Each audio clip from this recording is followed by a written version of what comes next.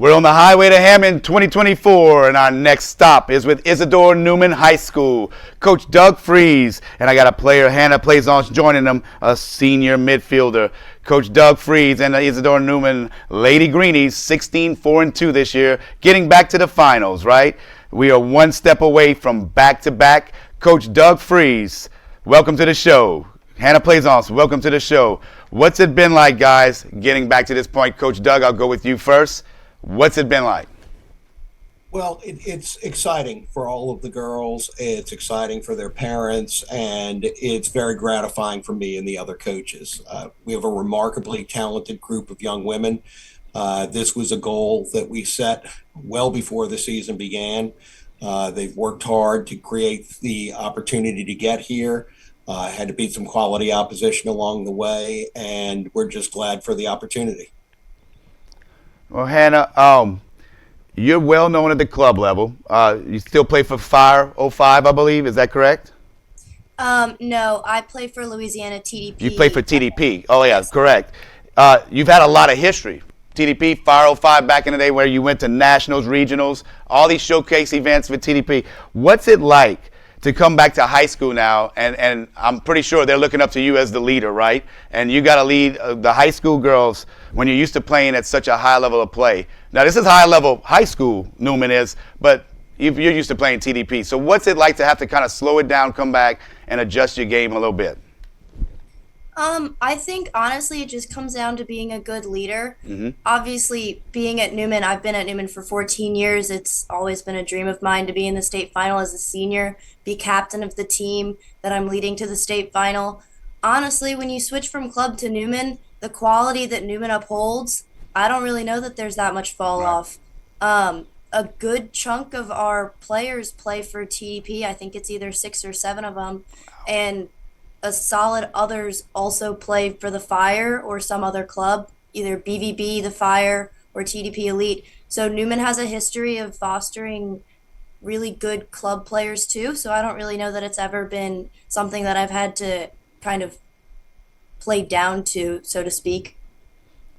And Coach Freeze, I'll kind of give you that same question, being a club coach before. What's it like that you're in the high school level? What's it like having to coach? And look, you're coaching a bunch of club girls, like she's saying, but it's still the high school level. Is there a big difference to you? Well, I've been lucky in my career as a club coach to have coached some very Right.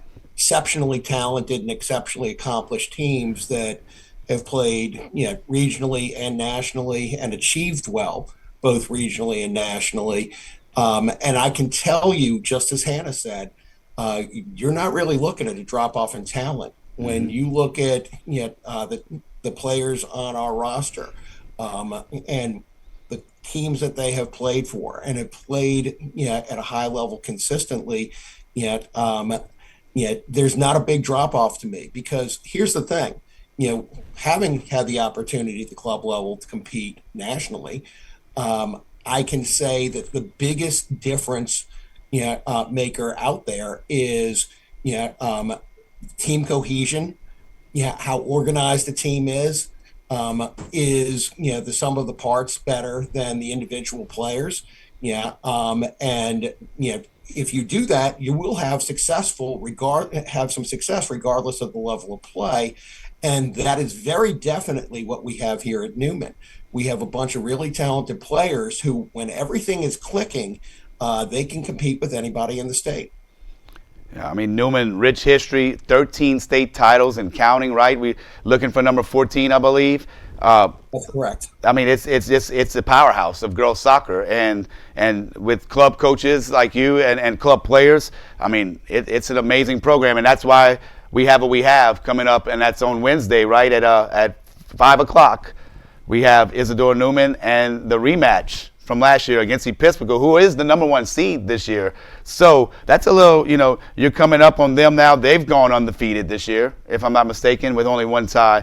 So what's it going to take for you to be the ones raising that trophy again this year, Coach? Or I'll give this one to Hannah. What's going to have to happen on this week's game for y'all to be raising that trophy again? Well, personally, I think the rankings are incredibly subjective. Last year we were the 6th seed and we Right. ended up winning. Um, Honestly, I think we've been doing really well in practice. We've been doing well in our past games, even though we are coming off of losses at the end of the regular season.